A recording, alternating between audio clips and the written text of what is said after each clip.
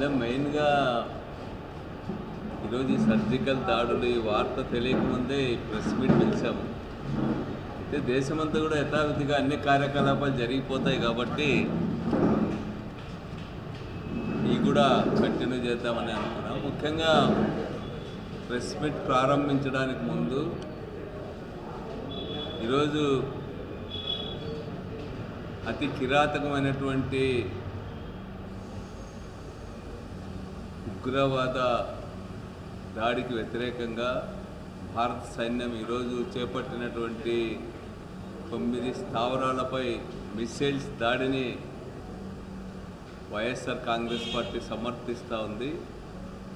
ఈ దాడులు జయప్రదం కావాలా, అదేవిధంగా ఇది పాక్ పౌరులపైన కానీ లేకపోతే సామాన్యులపైన చేసినటువంటి దాడి కాదు. ఇది కేవలం ఉగ్రవాద స్థావరాలని లక్ష్యంగా చేసుకొని చేసినటువంటి దాడులు ఇవి. దాదాపు 9 స్థావరాలపైన, ముఖ్యంగా ఉగ్రవాద దాడికి పహల్గామ్ ఉగ్రవాద దాడికి కారణమైన టీఆర్ఎఫ్, దాని వెనక్కున్నటువంటి లష్కరే తోయిబా, జైష్ మహమ్మద్ స్థావరాలపైన, దాదాపు 9 స్థావరాలపైన చాలా జయప్రదంగా భారత సైన్యం మిసైల్స్ దాడులు చేసింది.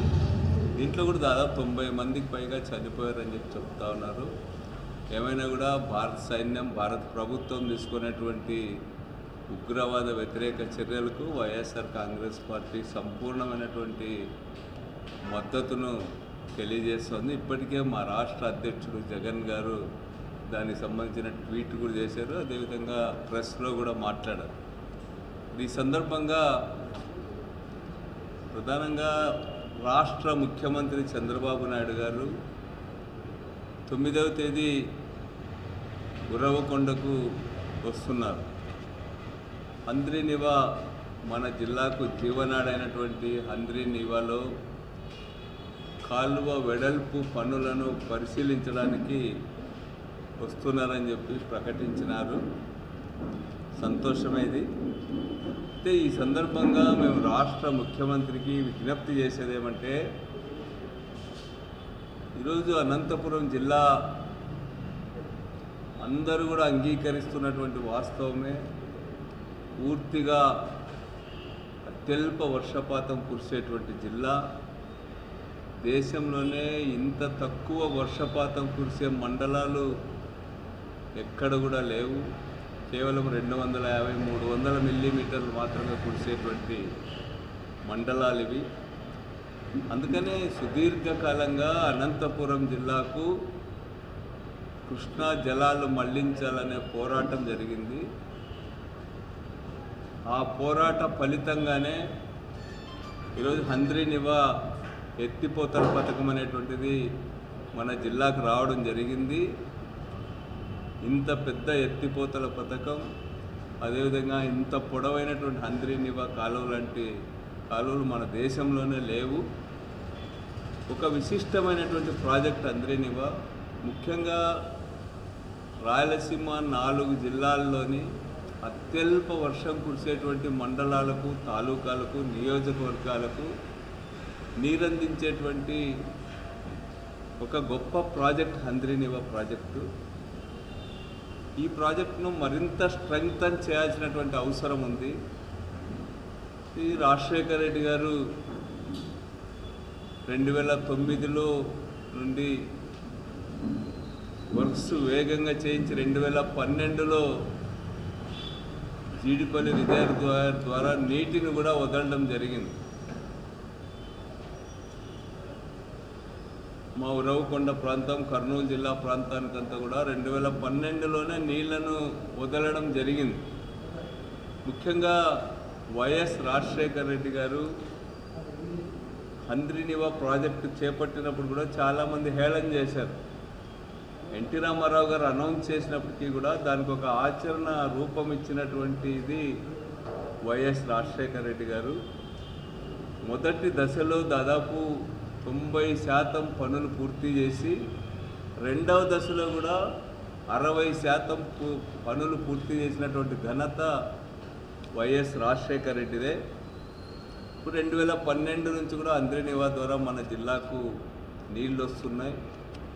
అంద్రినివా హెచ్ఎల్సీతో పాటు రావడంతో మన జిల్లా స్వరూపం కూడా మనం మారిపోయిన విషయాన్ని కూడా మనం చూస్తూ ఉన్నాం. భూగర్భ జలాలు లేక, తాగడానికి నీళ్ళు లేక అలమటించిపోతున్నటువంటి అనంతపురం జిల్లాకు అంద్రినివా జలాలు ఒక వరం లాంటి వరం. ముఖ్యంగా మనందరూ తెలిసి 2012 నుంచి నీళ్ళు వదులుతున్నప్పుడు కూడా ఈరోజు కూడా కేవలం 4 సంవత్సరాలు మాత్రమే 40 టీఎంసీలు లేకపోతే కొద్దిగా అటు ఇటుగా నీళ్ళని తెచ్చుకోగలిగినాం. 40 టీఎంసీలు అంద్రినివా ద్వారా అందించాలనేటువంటిదే ఆ ప్రాజెక్టు యొక్క లక్ష్యం. కానీ ఎక్కువ సంవత్సరాల్లో 10 టీఎంసీలు, 12 టీఎంసీలు, 19 టీఎంసీలు ఆ విధంగా వచ్చినాయి. ఇప్పుడు అంద్రినివాకు కొత్త లేటెస్ట్ డెవలప్మెంట్స్ వల్ల చాలా ప్రమాదం ఈరోజు ముంచుకొచ్చింది. అంద్రినివా అనేటువంటిది అగమ్యగోచరంగా తయారు కాబోయేటువంటి పరిస్థితులు ఏర్పడినాయి. ముఖ్యంగా ఇప్పుడు బ్రిజేష్ కుమార్ ట్రిబ్యునల్ విచారణ చేస్తూ ఉంది. కృష్ణా జలాలకు సంబంధించి ఈ పునః పంపిణీ విషయంలో విచారణ చేస్తూ ఉంటే మన రాష్ట్ర ప్రభుత్వం Krishna water dispute tribunal KWDT అంటాం 1, అది అమల్లో ఉన్నంతకాలం మేము తెలంగాణ ఆంధ్ర కేటాయించిన 811 టీఎంసీలు వాడుకున్న తర్వాతే అంద్రినివా కానీ మిగులు జలాల ప్రాజెక్టులకు నీళ్ళు ఇస్తామని చెప్పడం జరిగింది. అదేవిధంగా బ్రిజేష్ కుమార్ ట్రిబ్యునల్ ముందు కూడా KWDT 2 దాని ముందు కూడా మహారాష్ట్ర, కర్ణాటక, తెలంగాణ, ఆంధ్రప్రదేశ్ వీటన్నిటికి సంబంధించి దాదాపు 2400 టీఎంసీలు వాడుకున్న తర్వాతే అంద్రినివాకు నీళ్ళు ఇస్తామనేటువంటిది మన ప్రభుత్వం చెప్పడం జరిగింది ట్రిబ్యునల్ ముందు.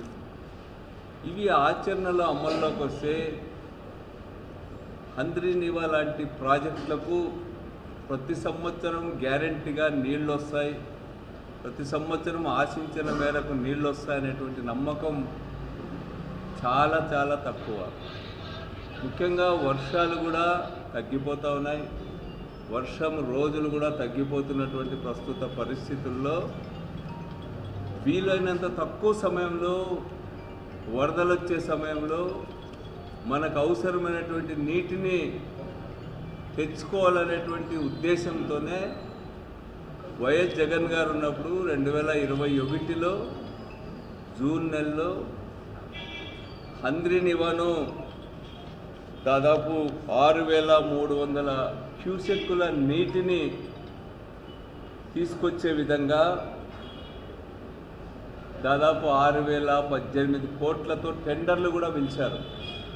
2 టెండర్ సంస్థలు కూడా ఈరోజు ఆ కాంట్రాక్టులు చేయడానికి ముందుకు రావడం జరిగింది. ఈ బ్యాక్గ్రౌండ్లో మళ్ళీ ఇప్పుడు కొత్త ప్రభుత్వం వచ్చిన తర్వాత చంద్రబాబు నాయుడు గారు 2300 క్యూసెక్కులకు పెంచుతూ అడ్మినిస్ట్రేటివ్ శాంక్షన్స్ ఇచ్చినటువంటి జీవోలను వాటన్నిటిని కూడా రద్దు చేసి కేవలం 3850 క్యూసెక్స్కు మాత్రమే కుదించి టెండర్స్ పిలిచి ఈరోజు వర్కులు చేస్తూ ఉన్నారు. ఇప్పుడు ఎందుకంటే ఇంతకుముందు ఈ 3850 క్యూసెక్కుల ప్రకారం 120 రోజులు ప్రవాహం ఉంటే మనం 40 టీఎంసీలు తెచ్చుకోవచ్చు. కానీ ఈరోజు అన్ని రోజులు ప్రవాహం ఉంటుందనేటువంటిది కూడా నమ్మకం లేనటువంటి పరిస్థితి ఉందన్నమాట. ఈలోగా మనం అంద్రినివా నుంచి అదనంగా బీటీ ప్రాజెక్టుకి నీళ్ళు ఇవ్వాలని నిర్ణయించుకున్నాం, అప్పర్ పెన్నార్ ప్రాజెక్టుకి నీళ్ళు ఇవ్వాలని నిర్ణయించుకున్నాం, మరో 60 చెరువులకు నీళ్ళు ఇవ్వాలని చెప్పి మనం నిర్ణయించుకున్నాం. ఈరోజు కియా లాంటి ఫ్యాక్టరీలకు నీళ్ళు ఇవ్వడానికి మనం ఓకే చేశాం.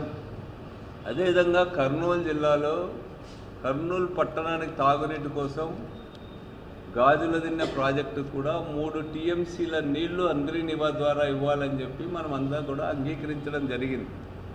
వీటితో పాటు ఇప్పుడు గుంటకల్లు, వజ్రకరూరు మండలాల్లో ఉన్నటువంటి చెరువులకు కూడా టెండర్స్ కూడా పిలవడం జరిగింది మనం అంద్రి నివా నీళ్ళు ఇవ్వడానికి.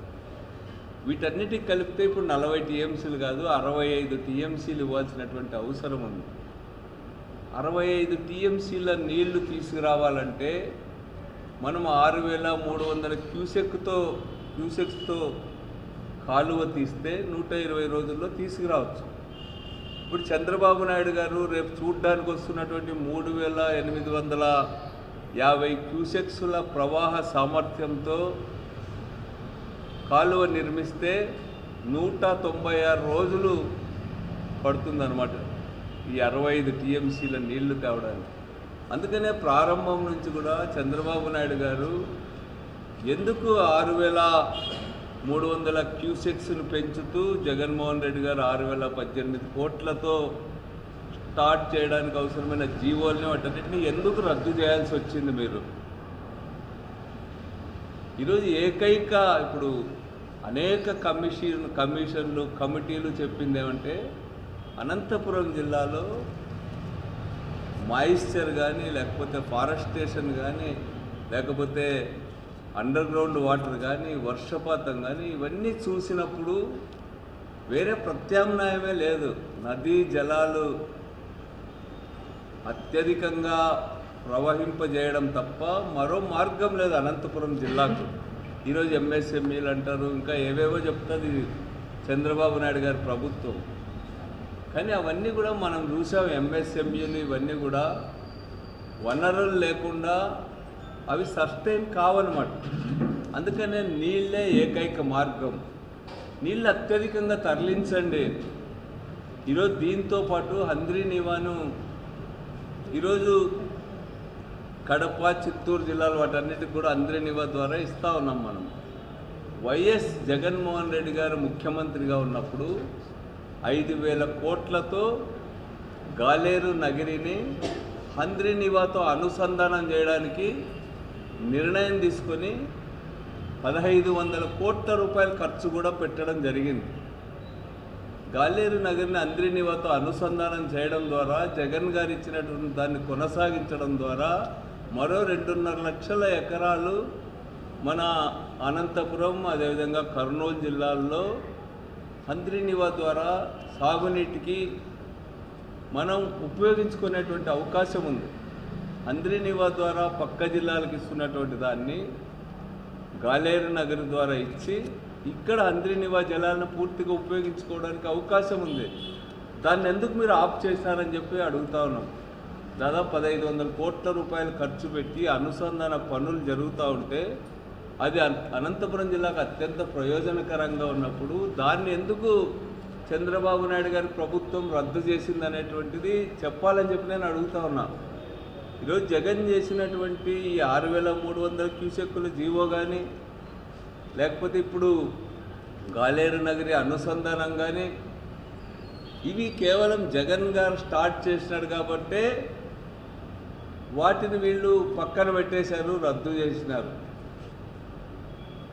వ్యక్తిగతమైనటువంటి ఇష్టాలను బట్టి జిల్లాల ప్రయోజనాల్ని నిర్ణయించడానికి వీళ్ళు. అందుకనే మేము కోరేది ఏమంటే గాలేరు నగరి అనుసంధానం చేయాలా, అదేవిధంగా 6300 క్యూసెక్కులతో ప్రవాహ సామర్థ్యంతో ఇచ్చినటువంటి జీవోను పునరుద్ధరించి ఆ మేరకు పనులు చేయాలనేటువంటిది కూడా మేము ఈ సందర్భంగా కోరుతా ఉన్నాం. అదేవిధంగా 216 కిలోమీటర్ల నుంచి అంద్రి నివా ఫేజ్ 2 ఈరోజు పనులు జరుగుతూ ఉన్నాయి. ఆ పనులు ఈ జిల్లా ప్రజలు ఎవ్వరు కూడా అంగీకరించాల. అనేక పార్టీలు, అనేక రైతు సంఘాలు అందరూ కూడా అంద్రి నివాకు లైనింగ్ పనులు చేయడాన్ని వ్యతిరేకించినారు. భూగర్భ జలాలు పెరుగుదలకు ఆటంకంగా మారుతుందని చెప్పి అంద్రి నివా ప్రవహించడం ద్వారా ఈ 10 ఏళ్లలో భూగర్భ జలాలు పెరిగినాయి. భూగర్భ జలాలు పెరగకుండా నిరోధించేటువంటి లైనింగ్, సిమెంట్ లైనింగ్ని అందరూ కూడా వ్యతిరేకించినాం మనం. కానీ వీటన్నిటినీ పెడచెవున పెట్టి ఈరోజు అందరూ ఏం కోరుతా ఉన్నారు? 10,000 క్యూసెక్కుల ప్రవాహ సామర్థ్యంతో వెడల్పు చేయమని అడుగుతూ ఉన్నారు. వెడల్పు చేయమని అడుగుతూ ఉంటే వెడల్పు చేయాలనేటువంటి దాన్ని పక్కన పెట్టి చంద్రబాబు నాయుడు గారి ప్రభుత్వం కేవలం లైనింగ్ చేయడానికే ఈరోజు నిర్ణయించుకొని ముందుకు పోతా ఉంది.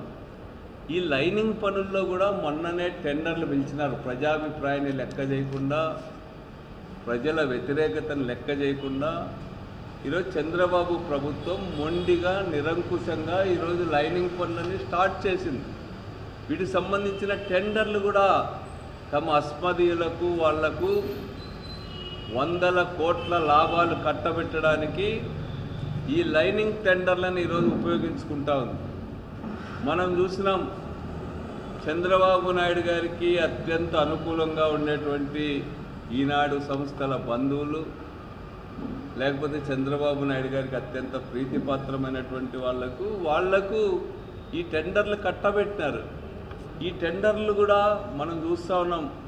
అమరావతిలో కానీ రాష్ట్ర వ్యాప్తంగా ఈరోజు టెండర్స్ ఎట్లా జరుగుతూ ఉన్నాయి? జ్యుడిషియల్ రివ్యూ లేదు, లేకపోతే రివర్స్ టెండరింగ్, వీటన్నిటిని రద్దు చేసి ఇష్టం వచ్చినట్టుగా చేస్తూ ఉన్నారు. దాదాపు 936.70 కోట్లతో లైనింగ్ టెండర్లను రెండవ దశలో దక్కించుకున్నాయి చంద్రబాబు అనుకూల సంస్థలు. ఇది 743.85 కోట్లకు టెండర్ పిలిస్తే దాదాపు 200 కోట్లకు పైగా ఎక్సెస్కి ఈరోజు చంద్రబాబు నాయుడు గారికి అనుకూలమైనటువంటి సంస్థలకు టెండర్లు అప్పచెప్పడం జరిగింది. ఎవరిని లెక్క చేయకుండా వీటిని ముందుకు పోతా ఉన్నారు. మేము కోరేది ఏమంటే, ఈరోజు జిల్లా ప్రయోజనాల్ని, కరువు ప్రాంతాల ప్రయోజనాల్ని మానవత్వంతో పరిశీలించి శాశ్వతంగా అనంతపురం జిల్లాకు నీటి సమస్య రాకుండా ఉండే విధంగా హంద్రీనివాని చేపట్టాలా. 65 టీఎంసీల అవసరం ఉంది. ఈరోజు 65 టీఎంసీల నీళ్లను అతి తక్కువ కాలంలోనే తెచ్చుకునేటువంటి రీతిలో కాలువని వైడనింగ్ చేయాలా. అదేవిధంగా గాలేరు నగరి నీటిని వినియోగించుకోవాలనేటువంటిది ఈ సందర్భంగా మేము తెలియజేస్తూ ఉన్నాం. అదేవిధంగా ఈరోజు చంద్రబాబు నాయుడు గారు ఒక్కటే చెప్తా ఉన్నాడు. మేమేమడుగుతున్నామంటే, చంద్రబాబు నాయుడు గారి పరిపాలనలో ఈరోజు వెనుకబడిన ప్రాంతాల వాయిస్ అనేటువంటిది ఎక్కడ కూడా వినపడటం లేదు. ఈరోజు శ్రీకృష్ణ కమిషన్ కానీ, లేకపోతే శివరామకృష్ణ కమిషన్ కానీ, ఇతర అనేక కమిషన్లు వెనుకబడిన ప్రాంతాలపైన వేసిన అన్నీ కూడా, ఇక్కడ కరువు, ఇక్కడ రైతుల ఆత్మహత్యలు, వీటన్నిటిపైన వచ్చినటువంటి నివేదికల్లో కూడా వెనుకబడిన ప్రాంతాలు ఎంత దారుణంగా ఉన్నాయో చెప్పడం జరిగింది. ఈరోజు బ్యాక్వర్డ్ ఏరియాస్కి విభజన హామీల్లో ఇచ్చినటువంటి వాటిని అమలు చేయమని చెప్పి మోడీ గారిని అడిగేటువంటి ప్రయత్నం కూడా చేయడంలా. పైగా మహానగరాన్ని రాజధానిగా నిర్మించుకోవాలని 100 కోట్ల రూపాయలతో 1,00,000 కోట్ల రూపాయలతో 1,00,000 ఎకరాల్లో నిర్మాణాలు చేస్తామని చెప్పి చెప్తా ఉన్నారు. రాజధానిని ఎవరు వ్యతిరేకించడంలా. ప్రపంచంలోనే ఎక్కడా లేని విధంగా, ప్రపంచ ప్రసిద్ధి చెందేటువంటి విధంగా ఈరోజు ఒక మహానగరాన్ని నిర్మిస్తామనేటువంటిదే ఈ రాష్ట్ర ఆర్థిక సమస్యలు, ఈ రాష్ట్రంలో ఉన్నటువంటి ఆర్థిక పరిస్థితి, రాష్ట్రంలో ఉన్నటువంటి వెనుకబడిన ప్రాంతాల ప్రయోజనాలు, ఇవన్నీ పరిశీలించినప్పుడు చంద్రబాబు నాయుడు గారి విధానం రాష్ట్రానికి చేటు తెస్తుందని చెప్పి మేము అభిప్రాయపడతా ఉన్నాం. వెనుకబడిన ప్రాంతాల వాయిస్ వినమని చెప్పి చంద్రబాబు నాయుడు గారికి విజ్ఞప్తి చేస్తూ ఉన్నాం. మీ ఇష్టం వచ్చినట్టుగా 1,00,000 కోట్ల అప్పులు చేసుకుంటూ పోతే ఎవరు తీర్చాలా? ఈరోజు రాష్ట్ర ప్రజలందరూ కూడా తీర్చాలా, ప్రతి నియోజకవర్గం ప్రజలు కూడా తీర్చాలా. ఈ అప్పులన్నీ కూడా రాబోయే కాలంలో భారం కాబోతూ ఉన్నాయి. ఈరోజు రాష్ట్ర రాజధానికి 1,00,000 కోట్లు అంటున్నారు. వచ్చిన 10 నెలల్లోనే 1,65,000 కోట్ల రూపాయల అప్పు చంద్రబాబు నాయుడు గారి ప్రభుత్వం చేసింది. ఒక్క సంక్షేమ కార్యక్రమాన్ని ఈరోజు సూపర్ 6 కార్యక్రమాల్ని అమలు చేయడానికి ఈరోజు ముందుకు రావడంలే. ఏం చేస్తున్నారు మీరు అని చెప్పి డబ్బులు అడుగుతా ఉన్నాం. వెనుకబడిన ప్రాంతాలు శాశ్వతంగా సమాధి కావాల్సిందేనా?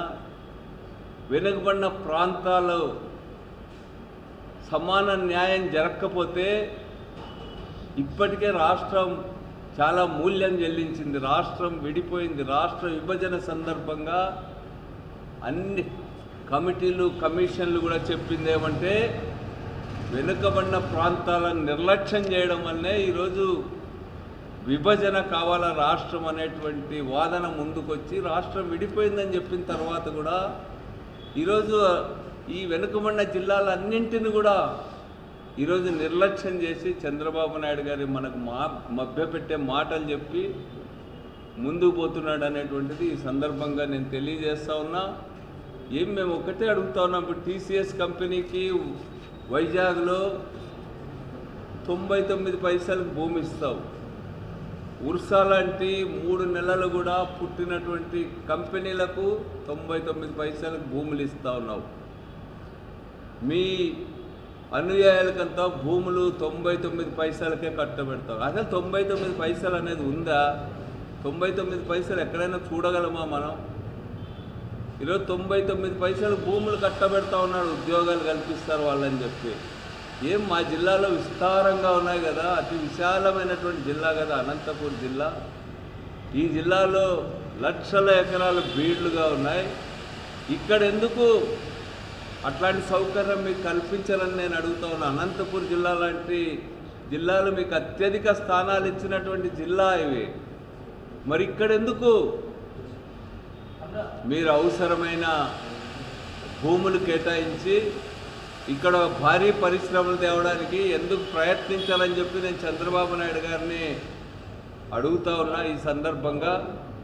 అందుకని ఈ రాష్ట్ర ప్రభుత్వం విధానాలు ఈరోజు అభివృద్ధి చెందిన ప్రాంతాలను మరింత అభివృద్ధి వైపుగా, వెనుకబడిన ప్రాంతాలను మరింత పాతాళంలో పడేసేటువంటి విధంగా ఉన్నాయి ఈ విధానాలు సవరించుకోవాలని చెప్తా ఉన్నాం. ఇదే సందర్భంగా ఉరవకొండ ప్రాంతంలో జీడిపల్లి రిజర్వాయర్కు దాదాపు 645 మంది రైతులకు ఒక్కొక్కరికి 10 లక్షల ప్రకారం ఒక ప్యాకేజ్ కూడా సిద్ధం చేసి రెడీగా ఉంది. జీడిపల్లి గ్రామ పునర్నిర్మాణం చేయాల్సినటువంటి అవసరం ఉంది. వాళ్ళకు వెంటనే కూడా దాదాపు 55 కోట్ల రూపాయలు వాళ్ళకు వెంటనే ఇవ్వాలనేటువంటిది కూడా చంద్రబాబు నాయుడు గారు వచ్చిన సందర్భంగా వాటిని అనౌన్స్ చేయాలని చెప్పి నేను కోరుతా ఉన్నా.